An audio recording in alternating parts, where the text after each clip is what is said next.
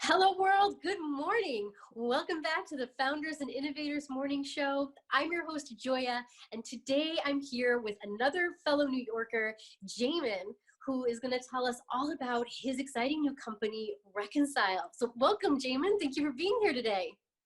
Thank you. Glad to be here. It's exciting. So tell people about your story as an entrepreneur. How did you get into entrepreneurialism?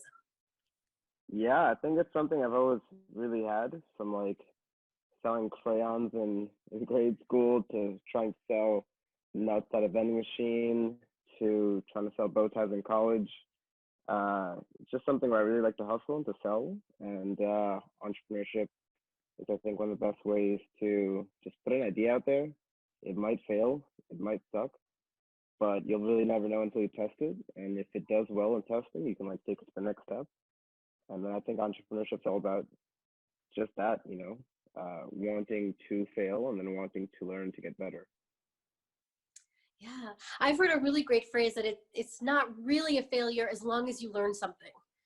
That as long as you learn and you have that resilience to move forward, take the next step, try the next thing, do that next experiment, then it's never really a failure.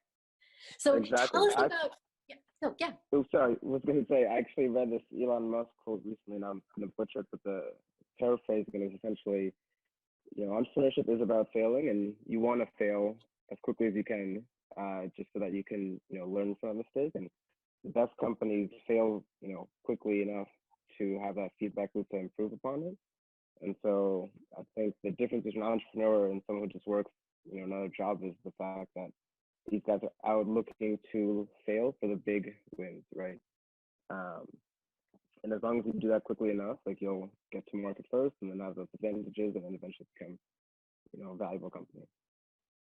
So tell us about your latest venture, which hopefully is not going to fail, although I'm sure you're going to make lots of mistakes and learn some lessons along the way. Tell us about Reconcile.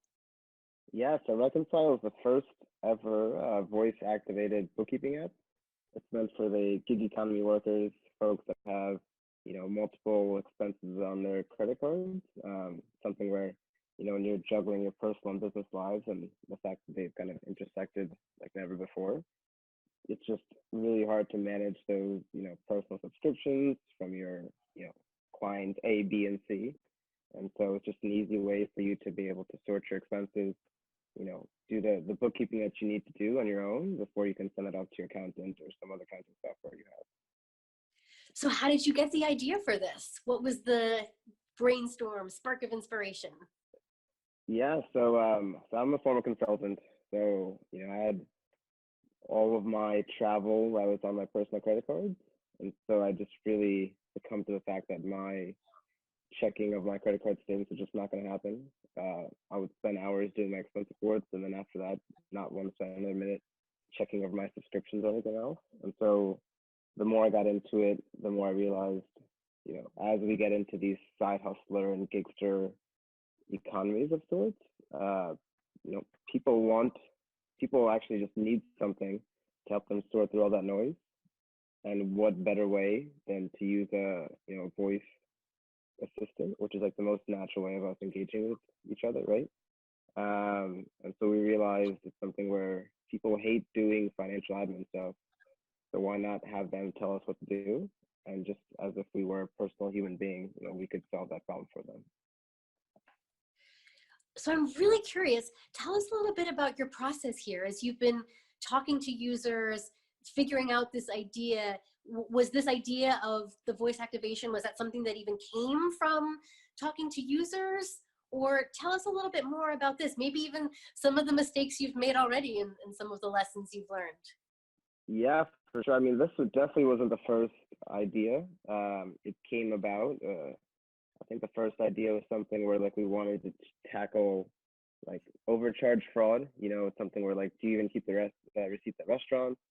What if you could just say, remind me or remember to, track this $84 pizza, at this restaurant. And then we got into like, okay, maybe people don't really care about that. Maybe after talking to users, we realized what they hate the most and what they kept saying they hated was that financial admin responsibility of having to go back see which charges were for what, and then do these expense reports. It's something where, especially when you talk about bookkeeping with business owners, it's a matter of they enjoy doing what they do from 9 to 5 or 9 to 9 or whatever the time is. If you have to put in time after work to do financial admin, it feels like it's taking away from your personal time, which nobody wants. And so that's where we realized we should go after this bookkeeping problem, and it's only going to get worse as we get to more freelancing and gig economy work.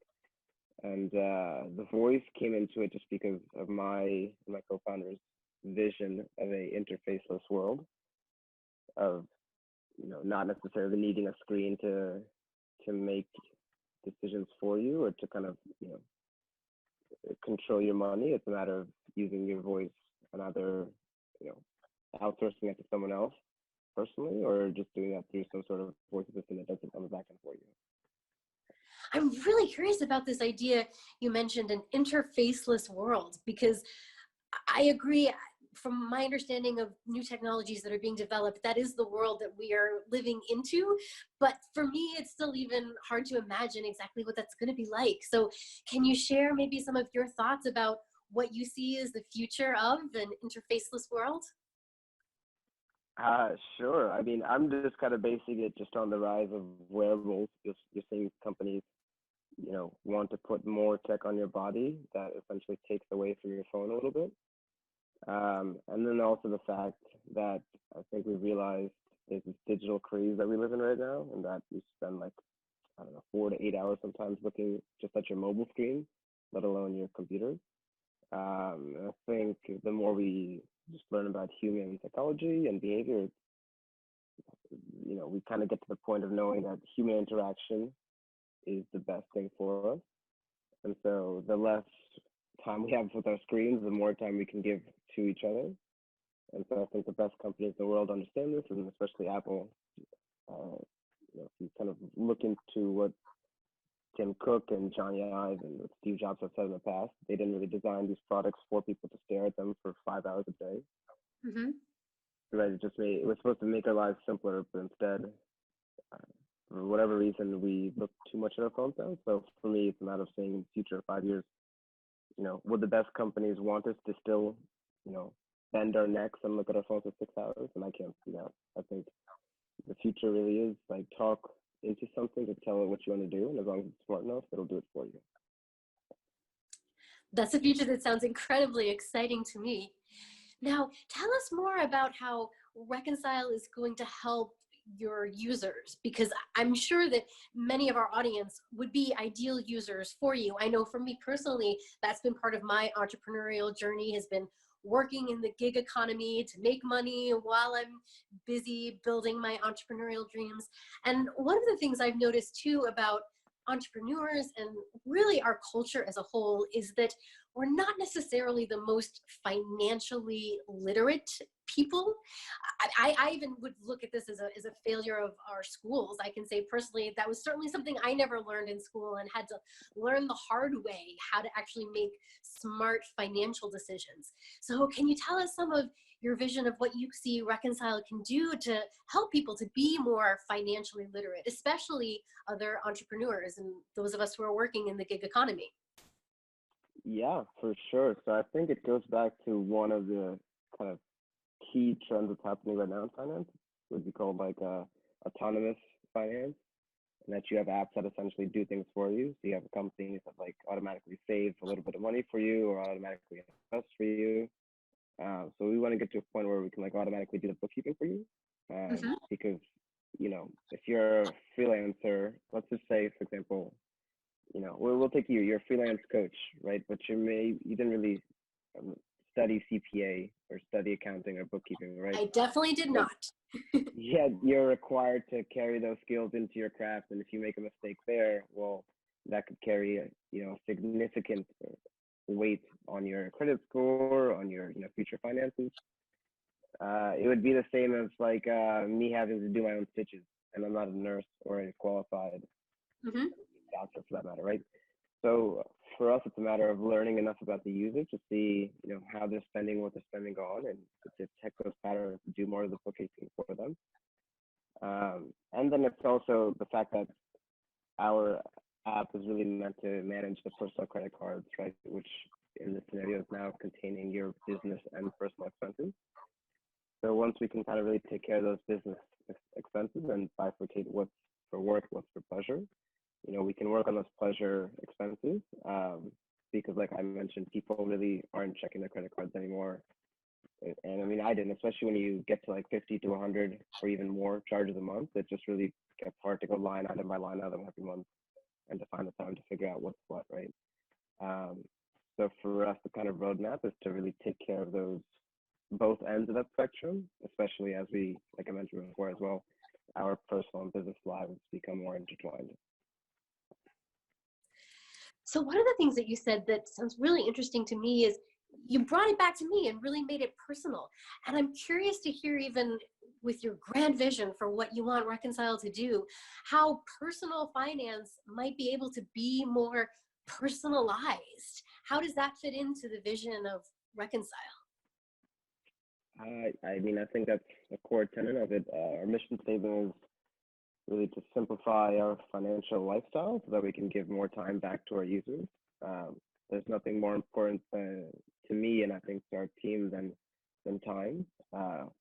We come from we're consultants, gigsters, and small business owners, and so all of us love exactly what we do and what we did in our previous lives, and we realized, for every hour, 2 hours, 3 hours we spend on financial admin, that's time away from our family, our personal passions, and then also our work.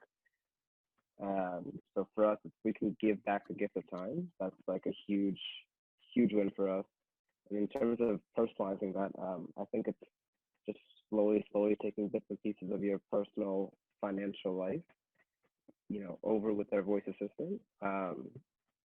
And in some sense, being that like digital personality that is your personal, financial assistant, the same way you would have an accountant, bookkeeper, a teller at a bank, someone you can lean on to say, I'm going to make the right decision for you, knowing, your whole complete picture of retirement, student loans, savings, investing, all that. But that's a much larger goal. I don't want to get anyone confused with thinking that's like the near-term goal. That would be if we were a 30-year company, that's what we'd be doing. I love hearing the 30-year vision, though, but I understand you still really are at the early stage. So tell people how they can find out more, because I know for a lot of people in our audience, we are entrepreneurs, we are pressed for time. So how can we find out more about Reconcile and kind of be part of what you're currently building? Yeah, for sure. Great question. Thanks for plugging me. Reach out to me personally. I'm always available on LinkedIn, and also check out our website.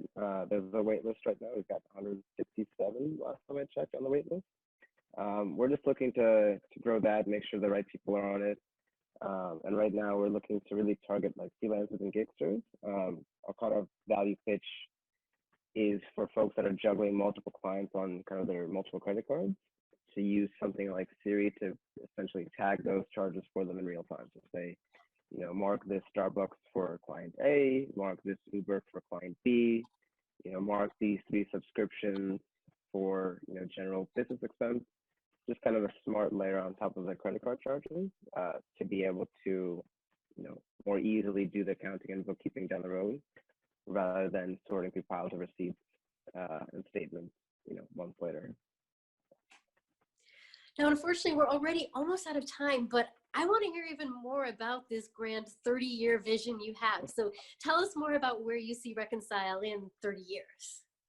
Yeah, for sure. I think it would be something that's embedded with everyone. I mean, hopefully, if we can become a 30-year company, that means we've done a good job of remaining valuable. And like I said, with the core mission, it's to give back time, right, and to simplify financial admin. And so there's just a lot of stuff with finances that take up a lot of time. And as someone who studied finances, worked in the industry, it can even get complex and time consuming for me, right? And so, I mean, taxes is right around the corner, and I don't know taxes at all, right? I know kind of like investments and that type of side of finance, but we're expected to be accountants, financial professionals, savers and investors, and it's the 30-year vision is to really become some sort of tool that like takes care of your financial management for you. Because if we're not teaching it in schools, then how else are you supposed to learn, right? And so it's something where we want to be that company, that tool that you could pay a little fee to, and we'll take care of the whole picture for you. Sounds like a beautiful vision to me. Well, thank you so much, Jaimin, for being here with me this morning. Thank you. This has been great. Bye, everybody. We'll see you next time. Thanks for joining us today. Please don't forget to subscribe, review, and share this show. If you'd like exclusive content and behind-the-scenes insight, for just $4 a month, you can support us at buymeacoffee.com. Now, go make it a great day. Ask me why.